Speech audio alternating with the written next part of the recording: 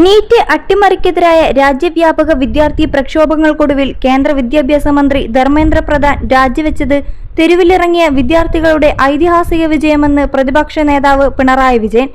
വിദ്യാർത്ഥി സമൂഹത്തിന്റെ ഇച്ഛാശക്തിക്ക് മുന്നിൽ കേന്ദ്ര സർക്കാരിന്റെ രാഷ്ട്രീയം മുട്ടുകുത്തിയതിന്റെ തെളിവാണ് രാജിയെന്നും അദ്ദേഹം അഭിപ്രായപ്പെട്ടു. ഈ വിദ്യാർത്ഥി സമരം മോദി സർക്കാരിന്റെ അമിതാധികാര വാഴ്ചയ്ക്കേറ്റ കനത്ത തിരിച്ചടിയാണെന്നും വിദ്യാർത്ഥികളുടെ അവകാശ പോരാട്ടം വിജയം കണ്ടതിൽ അഭിമാനിക്കുന്നുവെന്നും അദ്ദേഹം പറഞ്ഞു. എന്നാൽ ഒരു മന്ത്രിയുടെ രാജി കൊണ്ട് മാത്രം പ്രശ്നങ്ങൾ അവസാനിക്കുന്നില്ലെന്ന് ചൂണ്ടിക്കാണിച്ച അദ്ദേഹം വിശ്വാസ്യത തകർന്ന നാഷണൽ ടെസ്റ്റിംഗ് ഏജൻസിയെ ഒഴിവാക്കുകയോ അടിമുടി അഴിച്ചു പണിയുകയോ വേണമെന്നും സംസ്ഥാനങ്ങളുടെ അവകാശങ്ങൾ സംരക്ഷിച്ചുകൊണ്ട് പുതിയ പരീക്ഷാ നടത്തിപ്പ് സംവിധാനം വേണമെന്നും പ്രതിപക്ഷ നേതാവ് ആവശ്യപ്പെട്ടു.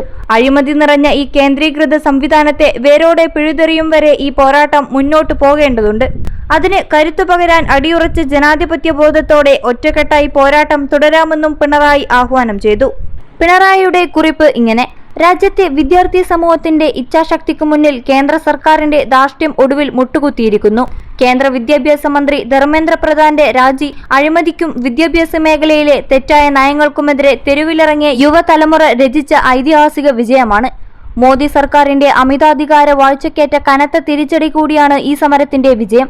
ചോദ്യപേപ്പർ ചോർച്ചയും ലക്ഷക്കണക്കിന് കുട്ടികളുടെ കണ്ണീരും കണ്ടില്ലെന്ന് നടച്ച പ്രതിഷേധങ്ങളെ ഏകാധിപത്യ പ്രവണതകളോടെ നേരിട്ട് BJP ഗവൺമെന്റിന് ജനാധിപത്യത്തിന്റെ കരുത്തെന്താണെന്ന് ബോധ്യപ്പെട്ട ദിനങ്ങളാണ് കടന്നുപോയത്.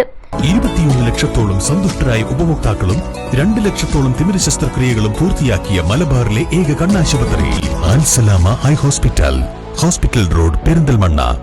എന്നാൽ ഒരു മന്ത്രി പടിയിറങ്ങിയതുകൊണ്ട് മാത്രം അവസാനിക്കുന്നതല്ല രാജ്യത്തെ വിദ്യാഭ്യാസ മേഖല നേരിടുന്ന ഈ വലിയ പ്രതിസന്ധി.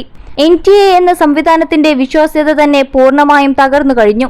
ഫെഡറൽ തത്വങ്ങളെ കാറ്റിൽ പറത്തിക്കൊണ്ട് സംസ്ഥാനങ്ങളുടെ അവകാശങ്ങൾക്ക് മേൽ കടന്നുകയറി കേന്ദ്രം അടിച്ചേൽപ്പിച്ചതാണ് നീറ്റ് അടക്കമുള്ള പരീക്ഷകൾ. അതിനു പിന്നിലെ യഥാർത്ഥ ലക്ഷ്യം വിദ്യാഭ്യാസ രംഗത്തെ കച്ചവടവൽക്കരിക്കലും കാവ്യവൽക്കരിക്കലുമാണെന്ന് ഇന്ന് പകൽ പോലെ വ്യക്തമാണ്. അഴിമതിക്ക് ചൂടുപിടിക്കുന്ന നാഷണൽ ടെസ്റ്റിംഗ് ഏജൻസിയെ ചുമതലയിൽ നിന്നും മാറ്റുകയോ അടിമുടി ഉടച്ചു വാർക്കുകയോ വേണം. സംസ്ഥാനങ്ങളെ കൂടി വിശ്വാസത്തിലെടുത്ത് പരീക്ഷാ നടത്തിപ്പിന് പുതിയ സ്റ്റാറ്റ്യൂട്ടറി സംവിധാനം ഏർപ്പെടുത്തണം. അവകാശങ്ങൾ ചോദിച്ചു വാങ്ങാൻ യാതൊരു ഒത്തുതീർപ്പുകളുമില്ലാതെ പോരാടിയ മുഴുവൻ വിദ്യാർത്ഥികൾക്കും ഹൃദയം നിറഞ്ഞ അഭിവാദ്യങ്ങൾ. അഴിമതി നിറഞ്ഞ ഈ കേന്ദ്രീകൃത സംവിധാനത്തെ വേരോടെ പിഴുതെറിയും വരെ ഈ പോരാട്ടം മുന്നോട്ടു പോകേണ്ടതുണ്ട്. അതിന് കരുത്തു പകരാൻ അടിയുറച്ച ജനാധിപത്യ ബോധ്യത്തോടെ നമുക്ക് ഒറ്റക്കെട്ടായി നിൽക്കാം.